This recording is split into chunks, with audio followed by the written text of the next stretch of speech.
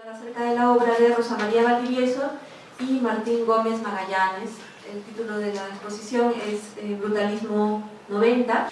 Ellos ya venían trabajando con este tema, ya iban trabajando con los familiares que estaban implicados en las desapariciones de estos jóvenes, y también venían trabajando haciendo una parte de activista, ¿no? De producción activista, ayudando, apoyando con los vídeos, apoyando en todo lo que fuera, y no querían trabajar este tema dentro de su proyecto porque justamente tenían una posición ética una delicadeza, además una postura ética para mí, desde el punto de vista que lo he visto desde dentro, impecable, ¿no? Y una de las cosas que a mí me llama la atención, me parece importante destacar, es en qué sentido uno puede, uno se pregunta en qué sentido uno puede o debe o quiere trabajar con contenidos políticos para proponer formas estéticas que circulen como tales o circulen bajo la vestimenta de arte en el medio local. Esto es muy interesante porque las últimas generaciones de artistas, digamos que artistas jóvenes entre 25 y 35 años, del 2005 para adelante, entraron a un esquema de producción de piezas bajo la estricta mediación de influencias de espacios protegidos, o sea, de galerías. Dos de los espacios más interesantes en ese sentido para este grupo de gente fueron Revolver y 80 metros cuadrados. Y han habido otros espacios de galerías que también han estado funcionando con, de repente, el pipeline de artistas y algunos curadores. Sin embargo, para este caso, es una producción, digamos, heterogénea a esas formas estéticas que aceptaban la mediación del espacio de galería. Cuando hablo de la mediación del espacio de galería, es como un formato que es en 3 dimensiones y que uno tiene que, bajo una, digamos, estructura, trabajarlo. En este caso, por ejemplo, hay varias piezas, luego de haber hecho lo mismo, no lo mismo, sino una propuesta bajo, digamos, el mismo espíritu en la EMBA, en el examen final. En este caso ha habido un proceso de transformación y se han presentado acá algunas piezas, ¿no? Que incluyen el testimonio de los familiares en videos pequeños de 12 minutos, de 19 minutos. Incluyen también una documentación en la pared del fondo y luego también documentación de las sesiones, de las en vivo, ¿cómo se llama esto? Las sesiones públicas, ¿no? Audiencias públicas, ¿de acuerdo? Me interesa esto porque yo me pregunto hasta qué punto el formato del arte contemporáneo o del arte en general hace posible prácticas de relación, ¿no? Es decir, las prácticas de relación son muy interesantes. Creo que uno de los elementos relacionales más interesantes de la propuesta de Rosa María y de Martín es la forma del pentagonito. La forma del pentagonito se convierte en un elemento relacional muy interesante. Creo que para el caso de la EMBA hubo un interesante uso de esa forma, incluso se convertía en una vela que estaba en distintos lugares, y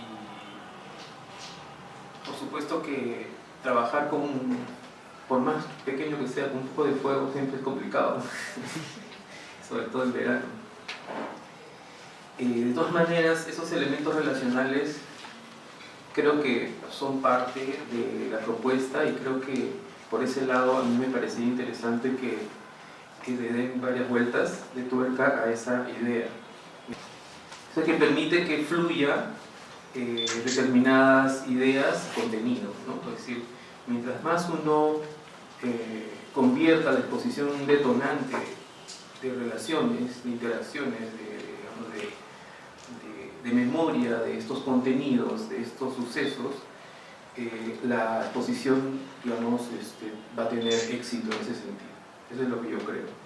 Es interesante el nombre, brutalismo, que otra vez, haciendo eco de esta forma, se remite a la estética de la arquitectura de la década del 70, del gobierno militar de Velasco, en la época en que fueron construidos varios de estos edificios, incluido el actual Ministerio de Cultura, que antes fue el Ministerio de Pesquería, ¿no? Que era justamente el ámbito de producción más importante que venía de la década del 60 de harina y pescado, que había convertido el Perú en el primer productor de pescado a nivel mundial.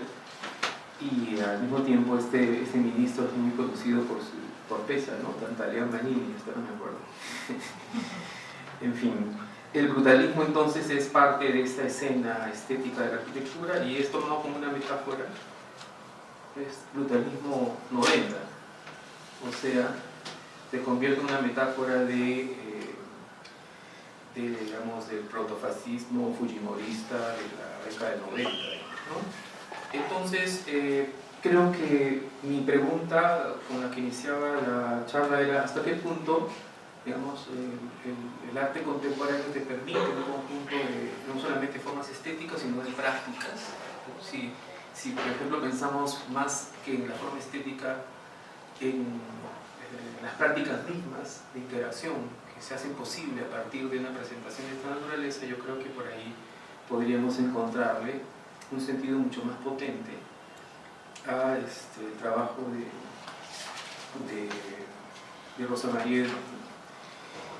Quería por fin saludar este espacio, que es un espacio nuevo de discusión, a la Galería Lucía Hualqui, que se convierte en un suerte de espacio simbólico, no solamente para proponer estas formas estéticas, sino también como un detonante de interacciones, a diferencia de otros espacios de galería que me parece que han condicionado cierto esteticismo de la escena limeña. Entonces se ha hablado mucho de que estamos hablando de un arte que opta por un tema político porque es un tema, entre tantos otros, de la representación de la realidad, ¿no? El arte representa y significa una realidad de manera simbólica, ¿no? Hay una especie de núcleo que quiere transmitir de una manera súper sintética y facilitando la llegada al otro. Entonces puedes escoger la naturaleza, puedes escoger la política, puedes escoger la intimidad misma, el género, ¿no? Entonces la pregunta es, bueno, entonces la relación entre arte y política tiene que ver con una opción del arte por una temática, por una razón que, bueno, que queda por evaluar, o estamos hablando de la política que usa recursos del arte, ¿no? Para poder llegar y para encontrar nuevas vías más refrescantes, en gran medida más inéditas, ¿no? Que se aparta de la sociedad mediática y de los mensajes que pretenden fabricar opiniones en serie, ¿no? Entonces se llega con un enfoque de corte intersubjetivo, ¿no? Donde la gente se siente más confiada en recibir un mensaje que si lo recibe, pues de un comercial o de la televisión. Estuve el año pasado justo en el debate que hicieron la Organización de Ciudadanía CX, Arte, Memoria, etcétera, el título es muy largo, perdón, lo tengo apuntado. Encuentro, Cultura, Arte y Cambio Social. Y recuerdo que justo en la mesa 7 se estaba hablando de arte para la construcción de la memoria. Y bueno, todo el encuentro era un gran debate en torno a activismo cultural, activismo artístico o arte político. No es que estos debates deben tener una respuesta fija, esto sería malo. Lo bueno es que haya un campo en que se pueda debatir el vínculo entre arte y política desde diferentes enfoques. Porque puede ser que para un político, para un grupo político, esto se haga desde su punto de vista. Puede que desde el punto de vista del arte o del activismo cultural se haga desde su punto de vista. Lo importante es esta conexión entre arte y política que se ha establecido y que no es nueva, pero en el mundo, digo, porque el arte ha sido muy político en muchos momentos graves en el mundo y siempre ha sido considerado como el precursor de una reacción mayoritaria, como el que despierta, ¿no? El que hace que la gente piense en un momento de manera diferente, ¿no? Bueno, para entrar en este debate y sin pretender llegar a una respuesta y después centrarme en la muestra, si me permiten, porque hay muchos papeles, pero no vamos a leer para no hacerlo pesado. He traído 3 voces en confrontación que me pareció muy interesante. Por ejemplo, enfrentar la voz de Bailey, esto es interesante, que es algo que publicó ayer en el Perú 21, en que dice, bajo el nombre Arte y Política, lo siguiente: el arte. ¿Qué es el arte sino la belleza tranquila que resiste la prueba del tiempo?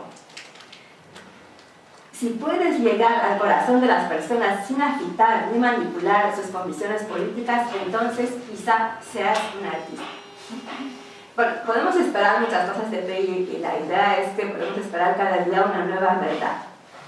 Pero esta idea no es que es solo una idea de Bailey, es una idea que puede flotar en el aire y que dice el arte es como una terapia del alma, pero no en el sentido de violentar el alma, sino en el sentido de apaciguarlo, tranquilizarlo, ponerlo en un estado de contemplativo, melancolía, como no, así como ir a una cafetería regia, ¿no? Y sentirte todo feliz.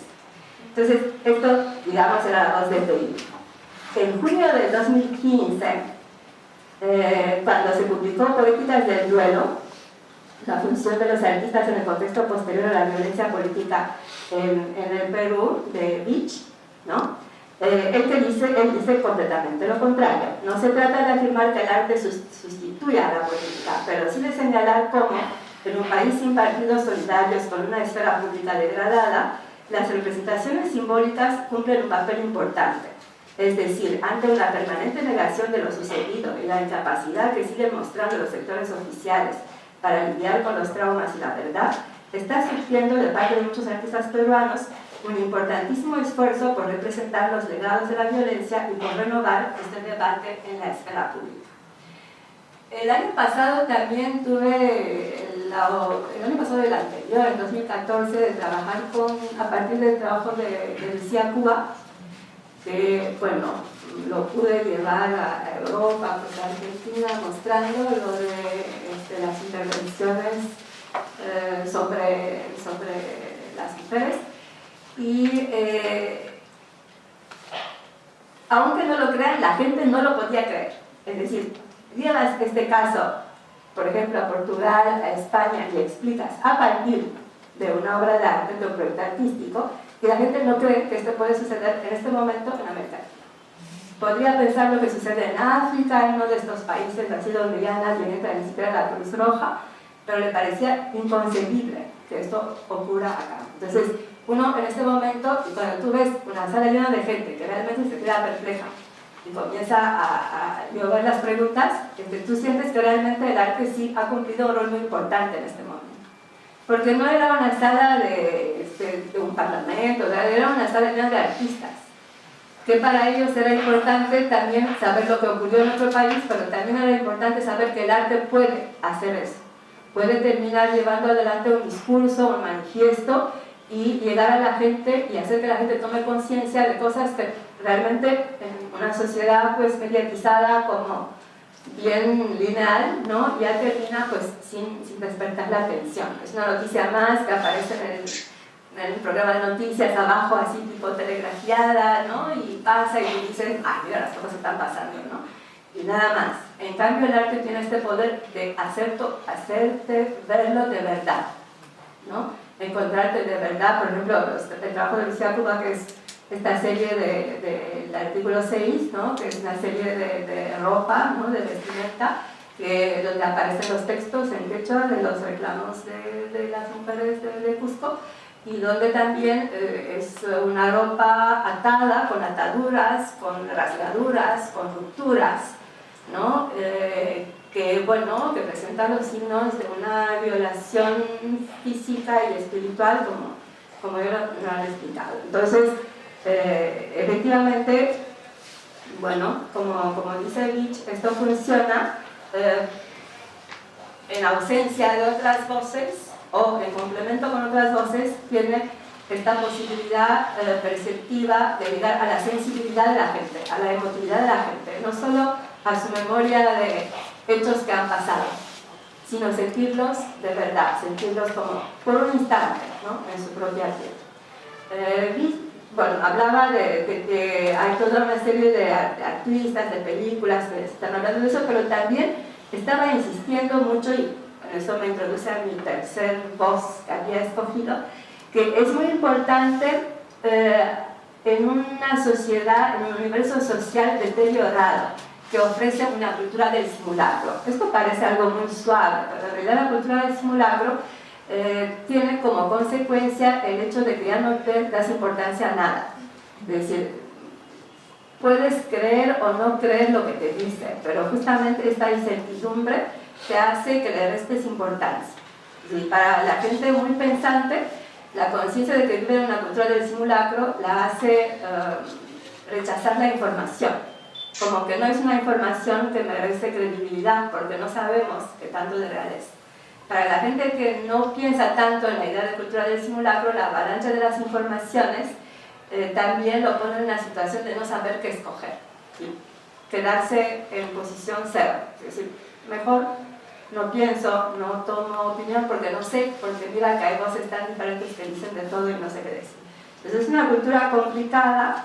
Ella ya, bueno, es un húngaro, la tercera voz, Zygmunt Bauman, que habla de la modernidad líquida y que habla que vivimos en una época en que todo se transforma de un día a otro, por lo cual no tenemos convicciones claras, todo está en continua transformación y nos gusta, nos sentimos dinámicos, pero también esto nos impide profundizar. Es decir, la extensión de nuestras informaciones prohíbe la intensidad de captarlos y sentirlos y hacerlo parte de nosotros. Por decirlo así, en un resumen, terminamos un poco superficiales, ¿no? Pero, bueno, el arte puede evitar eso, ¿no? En el caso de la muestra, yo sí he visto la conjunción de dos estrategias del proceso artístico. Uno es el testimonio, ¿no? El registro de lo ocurrido. Otro es la construcción simbólica. Es decir, construir espacios, esto de la instalación ofrece esta posibilidad de construir un ambiente, un espacio, en que tú por un momento revivas o sientas lo ocurrido. Aunque les parezca un poco exagerado, es lo que ocurría en las iglesias. Es la epifanía, es decir, tú estás en un espacio, en un ambiente que está organizado de tal manera que tú llegas a sentir y saber al mismo tiempo algo. Es esta fusión de comprender y sentirlo a la vez, no comprenderlo como en una mesa de disección, como un científico, y tampoco solo sentirlo como un consumidor de emociones, sino juntar esta instancia de vida que es comprender con la mente y sentir con nosotros lo que estamos sintiendo, pero con aquella parte del cerebro, o del corazón, o del hígado con el cual estamos sintiendo, ¿no? En este sentido, yo creo que la muestra ha ubicado aquellos indicios, ¿no? Que hace que el arte sea un arte testimonio, que sea un arte registro, y por eso fue muy importante que ellos asistieron en instancias reales, que estuvieron en las audiencias, que visitaron el Pentagonito, bueno, por no se podía hacer más que visitarlo, según entiendo, ¿no? Que han estado en contacto con los familiares, entonces ellos han tenido una experiencia vivencial, no ha sido simplemente un acto de inspiración, es en estas experiencias donde se definen cuáles son los puntos neurálgicos, cuáles son estos fragmentos morfológicos, ¿no? Nosotros, que se escogen porque no puedes traer toda la realidad. Y a mí me pareció una cosa alucinante que usaron el carnet de apuntes que antiguamente se usaba en los tribunales, cuando no se permitía a los fotógrafos ingresar y no se podía a veces ni al público. Entonces tú tenías un gráfico, un diseñador que dibujaba y el periodista que apuntaba todos los datos, porque no se podían tomar los testimonios reales, ¿no? Entonces, esto pone a la vista justamente lo que es la comprensión de parte de realidad, que pasa por la subjetividad de uno. ¿Qué han escogido ellos para este cuaderno? ¿Cuáles son los datos? ¿Cuáles son los dibujos? Después, ¿qué escogieron de las tantas grabaciones que pueden haber? Escoger los testimonios, las audiencias de Fujimori y de Montesinos, que aparecen, por lo menos Montesinos, con una seguridad increíble y una manera en que, bueno, considera que ha hecho todo perfectamente bien y no entiende que se le dice, porque está allá, ¿no? Entonces, esta selección es muy importante, o hay un montón de material. Si no, vamos al Museo de la Memoria y vemos que también han pasado por el problema complejo de una selección, hay un montón de material. Entonces, saber seleccionar estos momentos que tejan como una especie de vínculos, donde el que va a la muestra está incluido, está dentro. Este es el valor de una instalación, está dentro y comprende y siente al mismo tiempo. Esta es la idea. Por eso sirve bastante el vídeo, el audio, ¿no? Entonces, que son recursos que llegan más fácil a la emoción que un texto escrito, por ejemplo, ¿no? que está a cierta distancia, ¿no? Por otro lado, todo eso se tiene que reconstruir en estas instalaciones, ¿no? Donde, por ejemplo, en la sala en que tú te sientas en la silla y escuchas como si fueses público y ves dibujada la sala de audiencia delante, y entre la sala de audiencia y tu público está el cuaderno de los apuntes, que es como el observador oficial, pero siempre subjetivo de lo que ha pasado. Es una construcción genial, porque te incluye, te da un espacio, pero si quieres acceder a la subjetividad de otro, vas en el término medio, donde está este cuaderno puesto, y lees todo eso, y entre tanto tú ves el dibujo en la pared, que es de una estabilidad infinita, es decir, es algo dibujado por siempre, que así se va a quedar y que nada lo va a mover y nadie los mueve, porque allá no hay transformación. Entonces, es importante en este caso, comprender que las muestras de arte no son para el artista, son para la gente que va a estar allá. Y allá puede ver muchas cosas, puede conocer a una persona, a un artista que decide, no sé, compartirse con los demás, pero puede encontrarse con la historia, que es una apuesta muchísimo más grande y de mucha mayor responsabilidad. La identificación de aquellos lugares o espacios que han quedado tocados por un acontecimiento previo. En este caso el Pentagonito, ¿no? Ellos dicen, por ejemplo, que en la actualidad se usa este mismo espacio para eventos de moda o otro tipo de situaciones, como queriendo limpiar esa situación previa del lugar que ha quedado ya tocado. En ese sentido, si uno se remite a conjunto de acontecimientos en la década del 80 y 90, tendríamos que a veces, por ejemplo, un amigo historiador cusqueño me cuenta de una zona rural como Akira, en donde se desató la violencia y un lugar en donde ocurrieron estos acontecimientos y que después se hizo una losa deportiva, y en el pueblo nadie usa esa losa deportiva, queda ahí, ¿no? Entonces, yo creo que la forma estética no solamente está en un contenido de exposición bajo la instalación o otras cosas, sino también creo que la pretensión del activismo, ¿no? Veo acá que ellos han formado un colectivo de comunicación popular, se llama Espacio Abierto, que realiza intervenciones públicas. Yo creo que las intervenciones, imagino yo, que se proponen o quieren proponerse como un detonante de interacciones para que esta memoria y de esta identificación de distintos lugares que han quedado así tocados sean colocados en situación, ¿no? Creo que eso es importante, ¿no? Reemplazar sitios de tortura, por ejemplo, por espacios donde se hace conmemoración de acontecimientos, me parece una solución interesante. Identificar momentos en la historia para luego hacer rememoración también, como en Xulajay, por ejemplo, en febrero,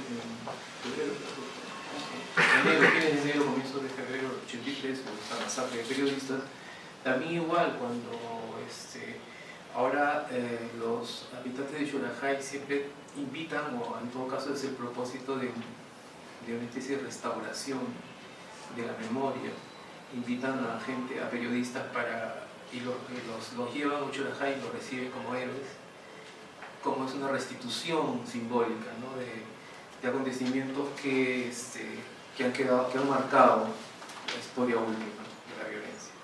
Yo creo que de alguna forma la función del arte, no importa si arte contemporáneo, arte moderno, arte tradicional, digo mestizo u otros, una de las dimensiones importantes articulan o pueden articular estas dimensiones de memoria. Me parece que buscar la forma estética es parte de la posibilidad que tiene, digamos, un espíritu creativo, un artista, de potenciar esta dimensión.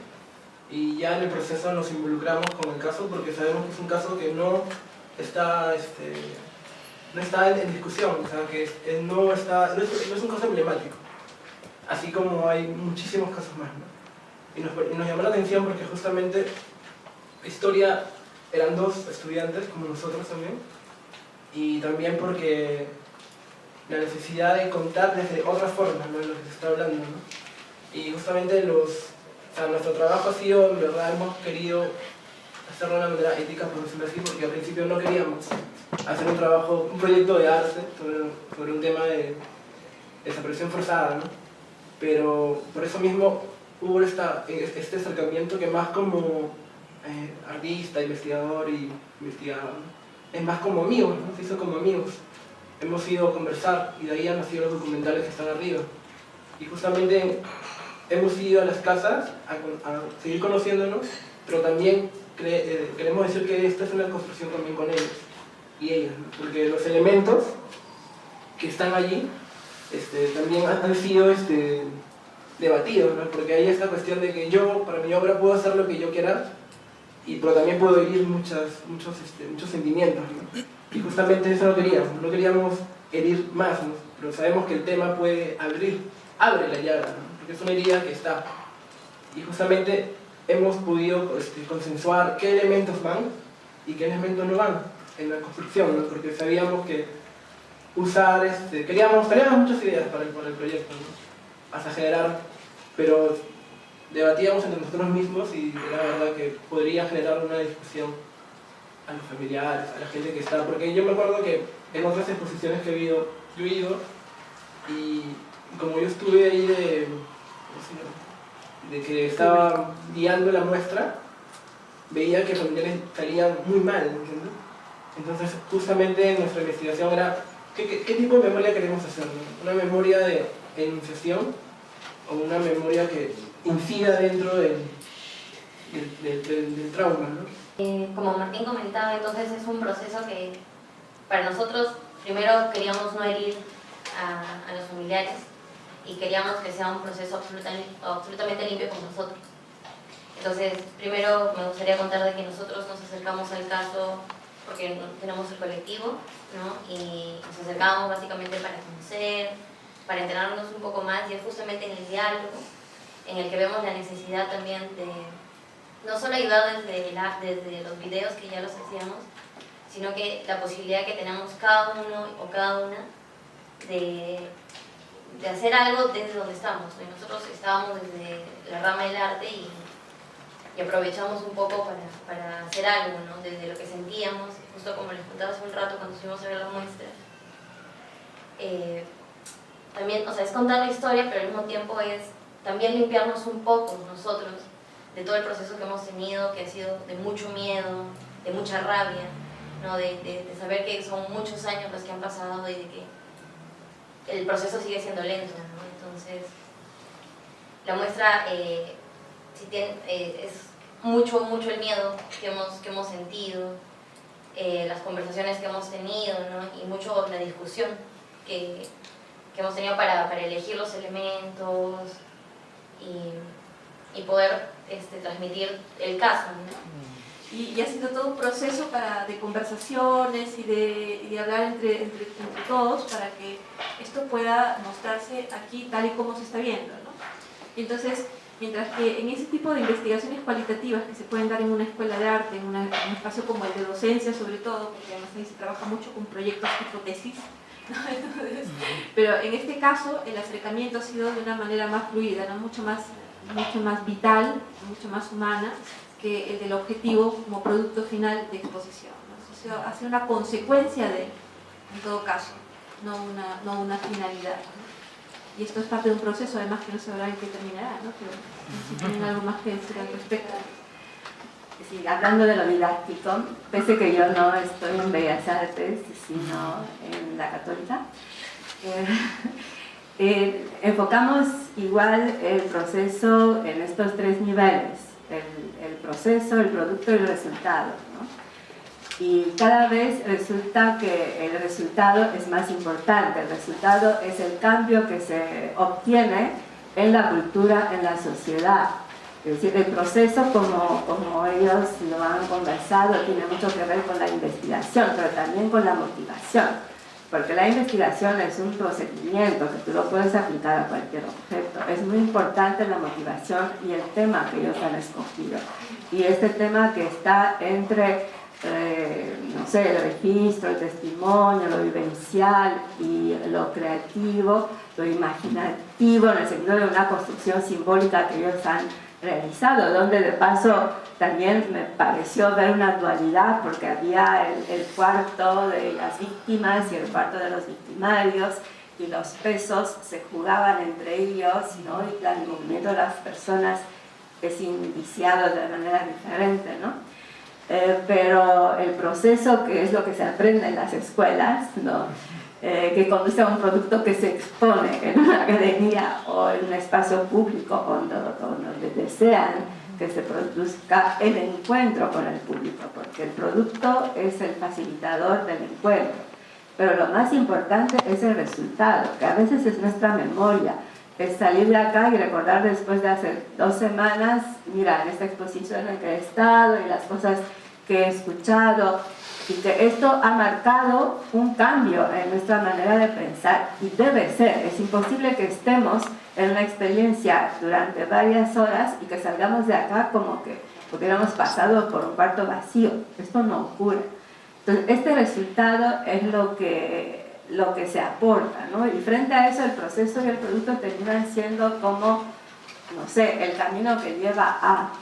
Y yo creo que esto fue para ustedes, bueno, de ahora en adelante que la gente va a ver este trabajo, va a ser otra investigación de evaluar las reacciones de la gente y cómo eso ha quedado en la mente de los demás, de la gente con la cual han trabajado en el proceso, porque también esto ha sido un intercambio permanente y ha tenido sus resultados parciales, ¿no? Entonces, ver el arte como un conjunto de intervención social y cultural, ¿no? Ver proceso, producto, resultado. Claro que también para las escuelas de arte nos lleva ante un pensamiento diferente del arte, ¿no? No significa que por eso vamos a borrar las técnicas o los materiales o, bueno, todo el instrumentario con el cual el artista se acostumbra o, bueno, ejerce y experimenta para poder hacer realidad lo que se propone, para no estar limitado por el registro material de la realización. Es bueno que sepan desde cosas para que después realmente lo que tiene en la mente lo pueda transformar en realidad, ¿no? Entonces, bueno, es muy interesante también para las escuelas, ¿no? Porque muestra cómo es la relación real de una escuela de arte con la sociedad, ¿no? No es simplemente elección de temas o exponer donde la gente te vea, es algo mucho más profundo. Es una intervención, es un cambio en la manera de ver a la gente, ¿no? A nivel valórico, ¿no? Hay un teórico francés, Jean-Marie Floch, que habla de los valores críticos y utópicos y los combina en algo que se llama la misión, él lo llama el proyecto misión. Yo creo que en el caso de ustedes va en este sentido, porque no es solo crítico, hay algo utópico en su exposición. Hay la confianza de que la gente está interesada y que esto va a marcar un cambio, que esto va a provocar un efecto, o por lo menos el interés de ver si esto realmente va a provocar un efecto, ¿no? Esto es un pensamiento utópico, no es malo vivir con pensamientos utópicos, si no viviríamos mirando a nuestro ombligo y nada más, ¿no? Entonces, esto es proyectarse y tener la confianza que realmente las cosas dependen de nosotros, de alguna manera. cómo desde el Estado se organizó una política de guerra sucia para desaparecer justamente a todos aquellos que, según el Estado, era luchar contra la subversión, pero cómo aprovecharon eso para quitar a cualquier persona o que ellos consideraran incómodo en ese contexto. Y las audiencias generalmente son solitarias, nadie va a escucharlas, ni en la sala penal especial que está en el centro de Lima, que está en Uruguay, menos en la otra sala que funciona en Castro, que está en un penal, y la otra que está en la base naval. Generalmente somos los familiares los que escuchamos. Entonces, para nosotros, debido al evento que pusimos en Facebook, entonces empezaron a llegar los chicos, y creo que en algún otro momento nos hemos encontrado con Martín también en la calle, ¿cierto? Pero fue ahí donde, cuando ellos llegaron, que para nosotros desde ya era algo muy valioso, ¿no? Porque lo que se dice en las audiencias realmente es como si estuviera pasando a la nada, ¿no? Las cosas que se debaten ahí, porque nadie las escucha. Y ellos, a su vez, pueden, entre comillas, o sea, manipular las cosas hacia la prensa, ¿no? Entonces, para nosotros era muy importante que otro, aparte de nosotros, lo escuche, ¿no? Más allá de estar a favor o en contra de nosotros, sino que sepa cómo se está llevando ese sistema de justicia, ¿no? Porque nosotros, al ver toda esta situación, ya son más de 22, ya son 22 años, realmente conseguir una sentencia de parte de los jueces es, ¿qué diremos? No tenemos esa confianza, ¿verdad? Porque hemos visto, personalmente he estado en otros casos, y después de ello la sentencia, pensando nosotros que va a haber una sentencia condenatoria, no existe. Siempre hay absoluciones. Entonces, para nosotros, que ellos vengan y hagan todo este trabajo, realmente ha significado mucho. Desde que han estado ahí y desde que se han preocupado y cómo lo han puesto en evidencia, ¿no? Entonces, para mí ha sido principalmente rescatar la dignidad de nosotros, los familiares, como peruanos, como parte de una sociedad. Porque una desaparición forzada, como lo entiendo ahora, porque antes solo decía desaparición, ¿verdad? Simplemente una desaparición es como si alguien pues estuvo en tu familia y se evaporó, ¿no? Porque nadie te da razón. Lo primero que hacen nuestros padres es sacar una partida de nacimiento, registrarte en la municipalidad. Y también hay una partida de defunción cuando te mueres. Pero simplemente que alguien diga que esta persona no sabe qué pasó, cuando ha ido, cuando no ha estado ni fugado ni nada. Entonces realmente sentirte como familia, como parte de un país, es como si tú no valieras nada. Ese sentimiento, realmente con cualquier trabajo de arte que yo he visto, eso es lo que yo he sentido, ser parte primero de una nación, de una comunidad, ser parte, o sea, ese reconocimiento como persona. Eso es lo que yo he sentido cuando he visto lo que han hecho los de arte, ¿no? Y cuando he visto el trabajo que han hecho ellos, y yo lo que he sentido, como digo, es, primero es rescatar la dignidad como familia, porque esa denuncia, en el Pentagonito pasaron esas cosas, así no lo diga el juez, que ahí asesinaron y mataron, eso está evidente, porque ahí pasó eso, más allá que condenen a Montesinos o a Hermosa, ahí se hizo eso, y que la comunidad sepa que ahí se hizo eso, porque ahorita lo que no pueden negar es que ahí hubo un horno, que tenía una chimenea, porque llegaba con una altura donde las temperaturas llegan a casi 1000 grados centígrados, y ellos han dicho que solamente era para quemar papeles, y para quemar papeles no se necesita más de 400 grados y puedes quemar toneladas. Entonces, ya ha habido una serie de acontecimientos que han pasado, de evidencias que existen, que más allá de que nosotros digamos, es Kenneth o Martín o Najarro, estuvieron ahí nuestros hermanos. No nos importa el nombre. Estuvieron alguien que se llamaba como uno de nosotros. Y eso es el trabajo que ellos lo han puesto, que ellos lo comunican de una manera diferente. Otra cosa que hablaban es de que uno no solamente o sea, ya lo cuenta con las palabras, sino todo ese sentimiento que uno tiene al ver, ¿no? O sea, las velas, el hecho de que lo hayan hecho a partir de las semillas, prácticamente también ha sido una especie de sanación para mí. Y mi hermano era como ellos, era un chico que no tenía miedo, a pesar del contexto en que vivíamos, porque él decía, si yo no he hecho nada que me iba a pasar, ¿no? Pero no era así. Y también creo ahora de que, porque lo he sentido, o sea, el miedo es el que nos paraliza y no nos deja movernos. Entonces, no hay que tener miedo, porque movilizándonos podemos cambiar la historia, paralizados no. Paralizados no.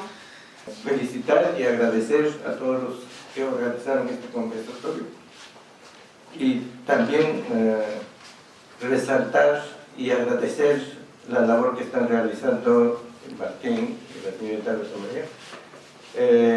Para nosotros es demasiado valioso e importante, porque nosotros en nuestra trágica vida desde el secuestro de mi hijo, simplemente a todas partes que hemos ido siempre hemos sufrido maltratos.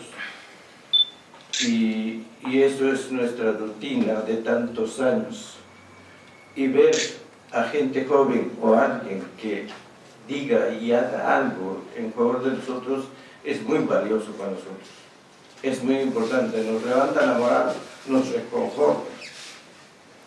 Y por lo tanto, lo único que nos queda es agradecer, porque esa clase de acciones no tiene precio, no se puede pagar.